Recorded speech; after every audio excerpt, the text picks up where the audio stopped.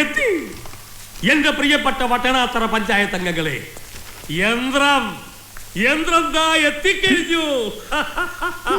പ്രിയമുള്ളവരെ, ഏറെ നാളായി നാം കാത്തിരുന്ന മദനമോഹന യന്ത്രം, അന്യസംസ്ഥാന തൊഴിലാളികളെ നമ്മുടെ തെങ്ങിൽ കയറ്റാതിരിക്കാനുള്ള അഭിനവ തന്ത്രം, പുരോഗതിയുടെ വിജയ മന്ത്രം. എല്ലാവരും എഴുന്നേറ്റ് കൈയടിക്കുവേ.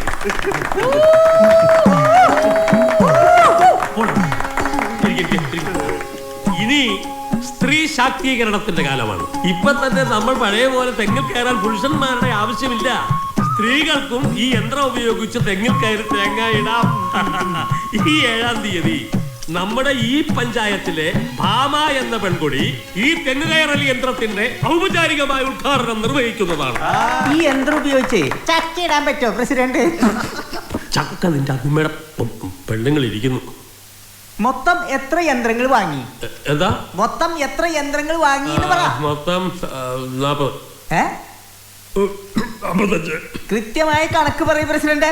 കൃത്യമായ കണക്ക് 40 എണ്ണത്തിന് അപേക്ഷിച്ചു. 45 എണ്ണം തരാമെന്ന് പറഞ്ഞു. വന്നപ്പോ 50. എന്താ കണക്ക്? ഒരെണ്ണത്തിന് പ്രസിഡന്റിന് എത്ര കമ്മീഷൻ കിട്ടി?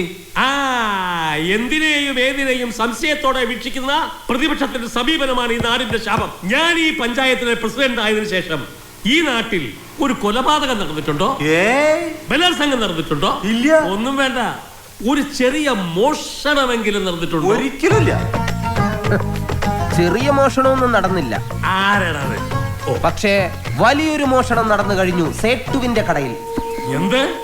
എന്റെ പഞ്ചായത്തിൽ മോഷണമോ? പോയി നോക്കിയാ കാണാൻ എഴുത്തച്ഛ. താങ്കൾ ഇവിടെ ഇല്ലാത്ത നേട്ടങ്ങളുടെ പട്ടിക നിരത്തി വിളമ്പിക്കൊണ്ടിരുന്നപ്പോ പ്രതിപക്ഷ നേതാവായ ഈ സുഗുണനാണ് ആദ്യം അവിടെ ഓടിയെത്തിയത്. ഞാനിത് വിശ്വസിക്കില്ല. പ്രിയപ്പെട്ട ഭരണകക്ഷി അംഗങ്ങളെ, എന്റെ കൂടെ വരൂ, സത്യമറിയാൻ. ഇന്നലെ 2 പേർക്ക് കൂടുതലായിരുന്നു, അതുകൊണ്ടാണ് എഴുന്നേക്കാൻ വൈകിയത്. പക്ഷെ ഒരു കാര്യമുണ്ട്, ഞാൻ എത്ര വൈകുന്നോ അത്രയും നേരം നിങ്ങൾക്ക് ജീവനോടെ ഇരിക്കാം. എന്ത് ജീവിച്ച് മതിയാ എന്നാ? ഇതിനെയാണ് അഹങ്കാരം എന്ന് പറയുന്നത്. അല്ല, ആടുകൾ എങ്ങനെ അഹങ്കരിക്കാതിരിക്കും? 1 കിലോ ഇറച്ചിക്ക് 400 രൂപയാണ് വില.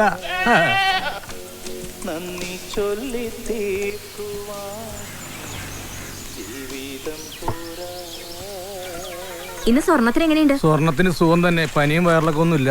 ഒരു കാര്യം ചോദിച്ചാൽ ഒരിക്കലും മര്യാദയ്ക്ക് ഉത്തരം പറയരുത്. നമ്മുടെ മാധവൻകുട്ടി പഠിപ്പിക്കുന്ന നാടില്ലേ വട്ടനാത്ര, അവിടെ മോഷണം, കള്ളന്മാർ സ്വർണം മുഴുവൻ കട്ടുകൊണ്ടുപോയി. കണ്ടോ? വില കൂടുന്തോറും സ്വർണം കൂടുതൽ അപകടമായിക്കൊണ്ടിരിക്കുക. അതുകൊണ്ട് നീ സ്വർണ്ണ വില അന്വേഷിക്കണ്ട കേട്ടോ. വിലക്കുറവുള്ളപ്പോ കിലോ കണക്കിന് വാങ്ങിച്ചെന്ന ആളല്ലേ. വാങ്ങിച്ചു തരാൻ പറ്റില്ലെങ്കിൽ പറ്റില്ലാന്ന് പറഞ്ഞാ മതി. ഓരോ മോഡന്റെ ന്യായവും പറഞ്ഞോണ്ട് വന്നോളും. ഒന്നിടാൻ പറ്റിയ സാധനം. ഓ,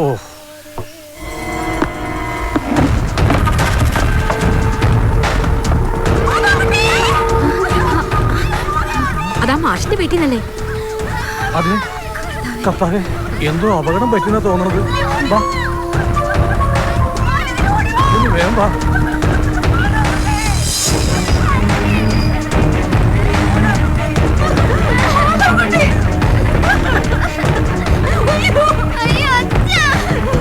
എന്താ സംഭവിച്ചത്? എന്നോട് മക്കളോട് എന്തിനിത് ചെയ്തു? മാധവക്കുട്ടി ഫാനി കെട്ടി തൂങ്ങി. അയ്യോ,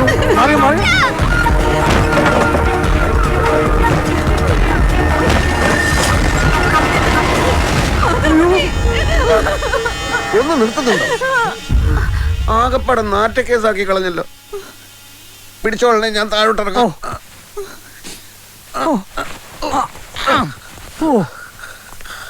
പേനാകെ പൊടി പിടിച്ച് കിടക്കുന്നത് കണ്ടപ്പോ തുടക്കാമെന്ന് വെച്ച് കയറിയതാ. സ്റ്റൂള് തെറിച്ചു പോയി. ചാടാമെന്ന് നോക്കിയപ്പം ലീഫ് കൊണ്ട് കൈമുറിവെന്ന് പേടിച്ചു. മോള് ജനലിന്റെ വിടവിൽ കൂടി കാല് മാത്രമേ കണ്ടുള്ളൂ. ഉടനെ നിലവിളിക്കാനും തുടങ്ങി. ഞാൻ തൂങ്ങി ചത്തില്ല എന്ന് പറയുന്നുണ്ടായിരുന്നു. നിലവിളിക്കിടയിൽ ആര് കേൾക്കാൻ? ഫാൻ തുടക്കുമ്പോ കഥ കുറ്റിടുന്നതിനാ. ഞാൻ ഡ്രസ് ചെയ്യായിരുന്നല്ലോ. ഫാൻ തുടക്കാൻ എന്നോട് പറഞ്ഞാ പോരെ? പട്ടണത്തിലേക്കുള്ള ഫസ്റ്റ് ബസ്സിന് തന്നെ പോണെന്ന് പറഞ്ഞിട്ട് അതിന്റെ ഇടയിൽ ഈ പണി ചെയ്യേണ്ട വല്ല കാര്യമുണ്ടോ?